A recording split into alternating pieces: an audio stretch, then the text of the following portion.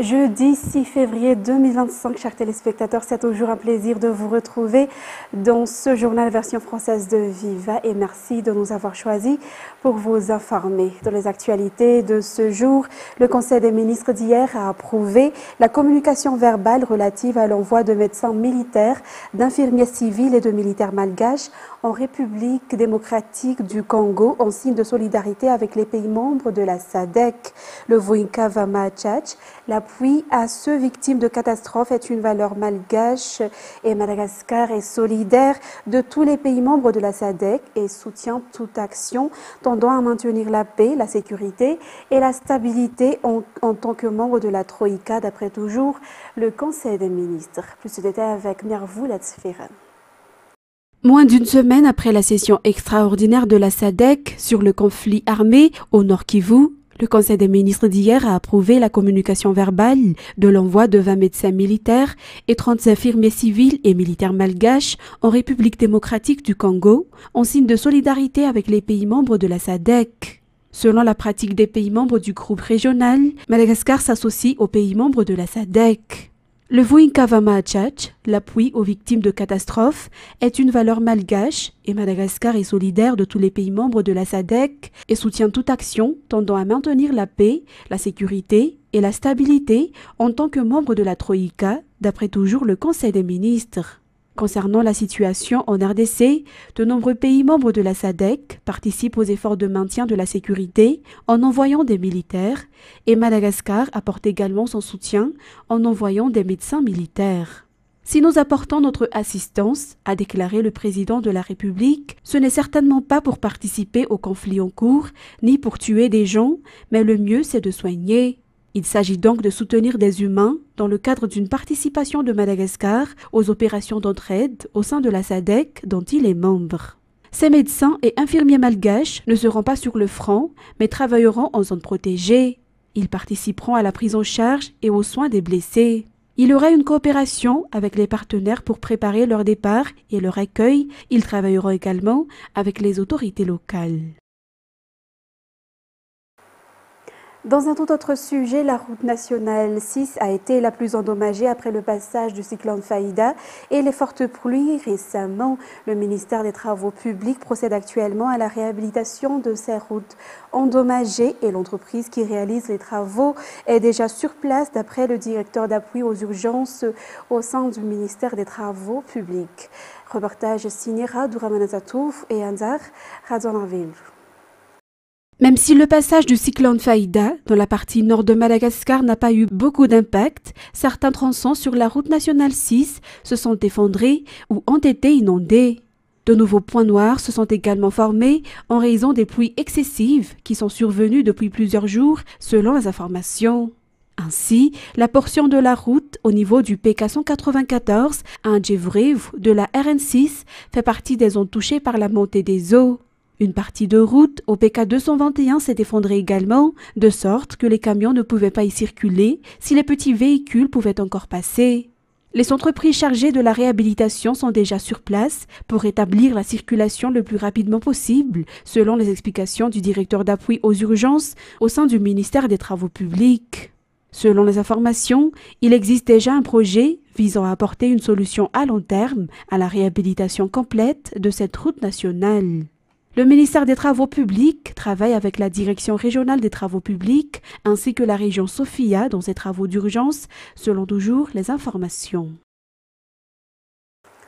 Ensuite, tous les travaux liés au transport par câble d'Antananarive devront s'achever à la fin du mois de mars. Par la suite auront lieu les différents essais qui dureront un mois. En parallèle, le secrétariat en charge des nouvelles villes et de l'habitat est également en train de mettre en place la société de gestion de ce transport écologique qui solutionne le problème des embouteillages. 75% des travaux pour la mise en place du téléphérique de Tana sont achevés actuellement. Reportage de Naté Rakoutmaouf sous les images de Nzar Hanjiansou.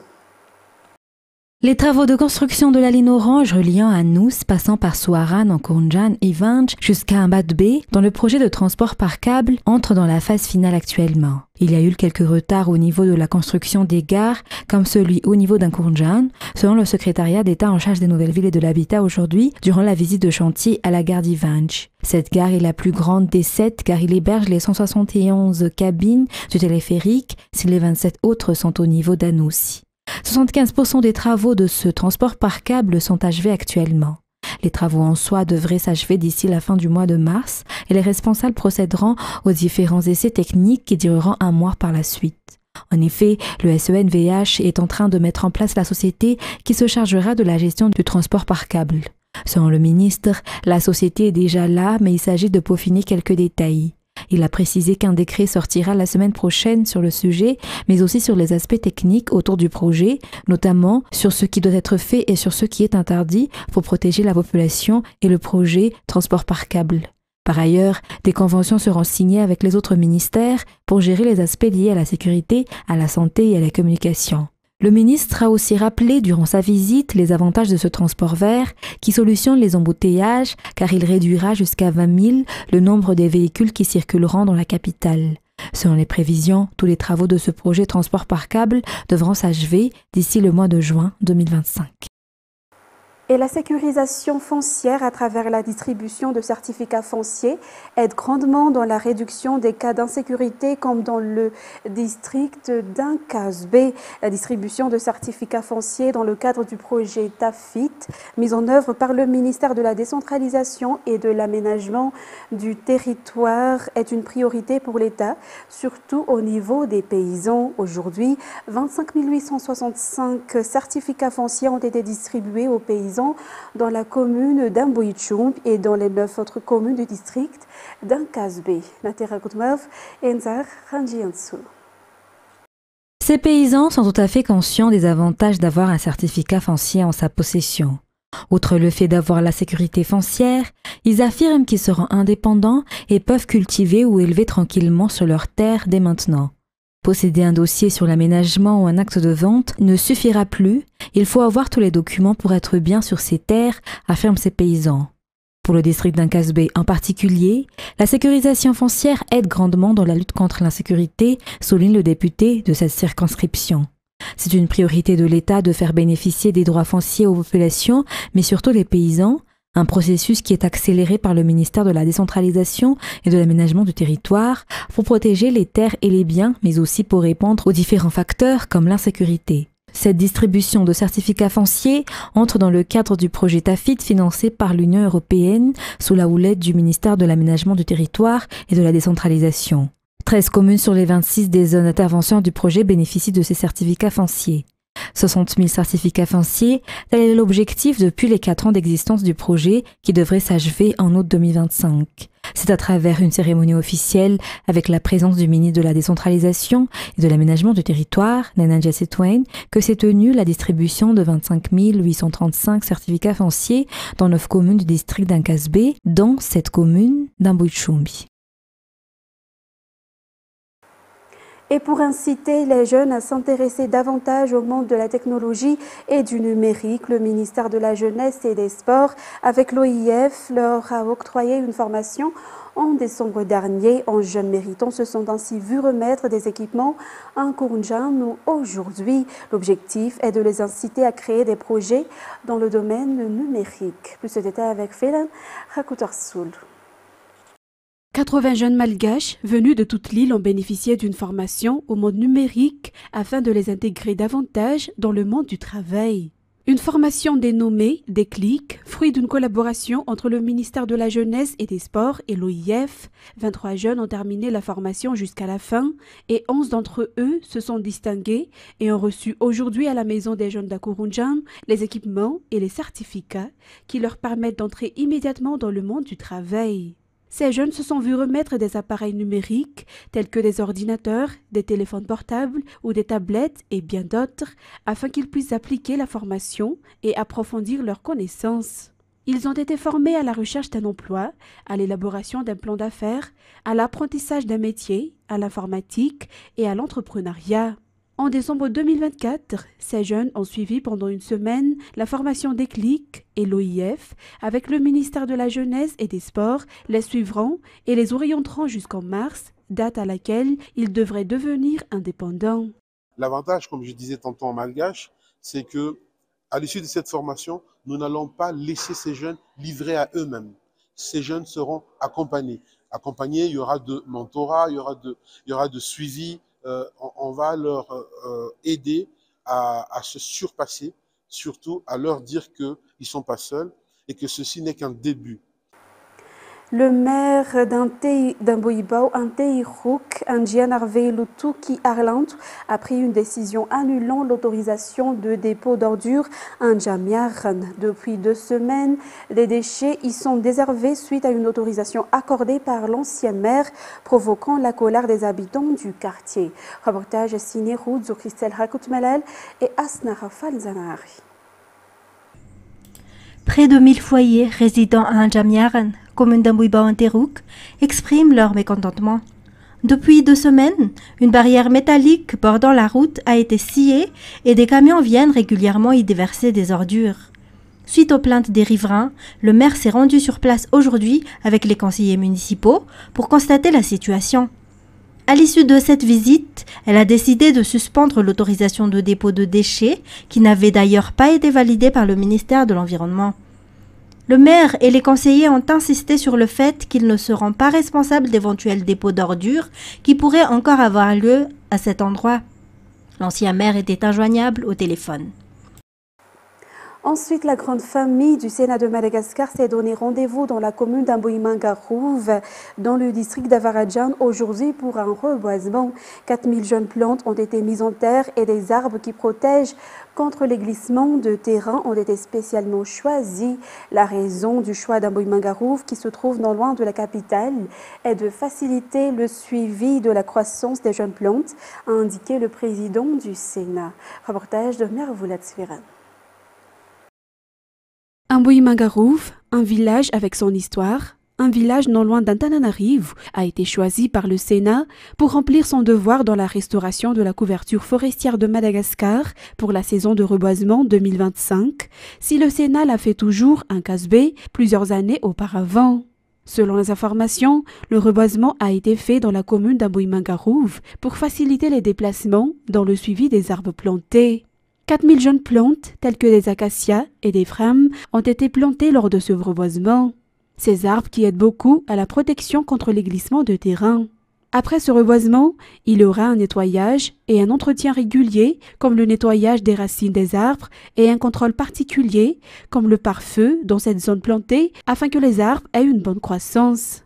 La municipalité, le Fukuntan travailleront ensemble avec la population locale afin de fournir également à cette dernière du travail. En ce qui concerne maintenant les actualités internationales, 50 manifestations dans 50 États, des milliers de personnes se sont rassemblées mercredi à travers les États-Unis pour dénoncer autant les décrets présidentiels que les propos de Donald Trump. Reportage sur les images de France 24. Dans les rues enneigées du Minnesota, sous le soleil du Texas et jusqu'au quartier d'affaires de New York, ils sont des milliers d'Américains à s'être rassemblés ce mercredi. Leur but, manifester leur opposition face aux dernières déclarations de Donald Trump, qui les multiplie depuis son élection. En ce moment, nous nous heurtons à une administration qui utilise ses pouvoirs de manière unilatérale. Ce que je demande, c'est que le Sénat se lève et représente son peuple. Nous sommes ici pour leur demander des comptes. J'espère que moins de lois seront enfreintes et que nous conserverons les libertés dont nous disposons actuellement. Nous pouvons espérer obtenir plus de liberté pour les personnes qui en ont désespérément besoin. Renforcement des lois sur l'immigration, climato-scepticisme et recul sur les droits des trans. Mais aussi la suppression de l'Agence américaine pour le développement international avec le soutien d'Elon Musk. Un tollé pour ces manifestants réunis devant le Capitole. Ce n'est pas une réforme, il s'agit d'une attaque et l'USAID n'est que le début. C'est l'USAID maintenant, c'est le département de l'éducation ensuite, c'est une attaque contre l'ensemble du système gouvernemental démocratique. Outre les rassemblements civils, des démocrates et des agences gouvernementales se sont engagés à riposter contre les décrets de Donald Trump. Ils espèrent, entre autres, empêcher le président de bloquer l'octroi automatique de la nationalité aux enfants nés aux États-Unis, mais de parents étrangers. Ensuite, au Kenya, le gel des financements américains pour l'aide internationale qui touche déjà le continent africain. Le Kenya, pays allié des États-Unis, a appris ce mercredi que le financement de la mission de police pour stopper l'avancée des gangs en Haïti était suspendu pour au moins 90 jours. France 24. Les précisions de notre correspondant à Nairobi, Bastien Renouille. Les États-Unis avaient versé 15 millions de dollars au fonds pour cette mission de stabilisation en Haïti. Sur cette somme, près de 10% ont déjà été utilisés, notamment par le Kenya, premier pays contributeur de troupes. Le reste est dorénavant gelé. Alors face à cette annonce, le gouvernement kényan a immédiatement réagi, affirmant que cela n'aurait pas d'impact direct sur la mission, affirmant qu'elle est bien financée, notamment par le Canada et la France, et que donc les policiers kenyans peuvent rester sur place au moins jusqu'au mois de septembre 2025. Mais cela pose tout de même une question, celle du soutien des États-Unis à ses alliés militaires. Il faut le savoir, le Kenya est un allié majeur des États-Unis. C'est un statut officiel. Il y a quelques jours, le président kenyan, William Ruto, affirmait avoir eu un entretien avec Donald Trump qui lui aurait dit que les États-Unis continueraient à financer cette mission. Visiblement, il y a eu un revirement de situation.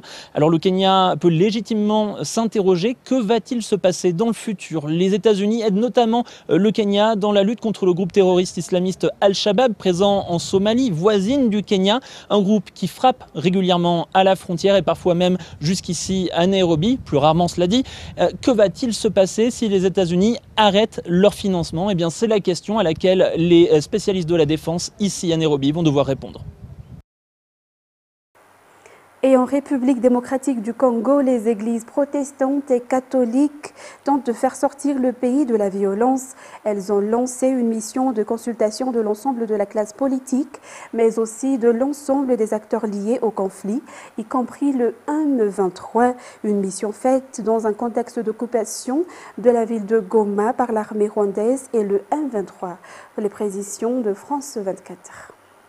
C'est une mission périlleuse que se sont lancées les églises du Congo, résoudre les causes profondes des conflits dans le pays et mettre fin au cycle de violence. Alors pour cela, les représentants religieux se sont déjà entretenus avec le président Félix Tshisekedi et l'opposant Martin Fayulu.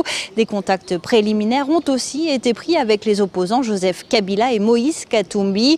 Le but des représentants religieux, c'est d'asseoir tout le monde autour de la même table, y compris les représentants du M23 et de l'Alliance Fleuve Congo. Dans notre approche, nous visons la paix durable.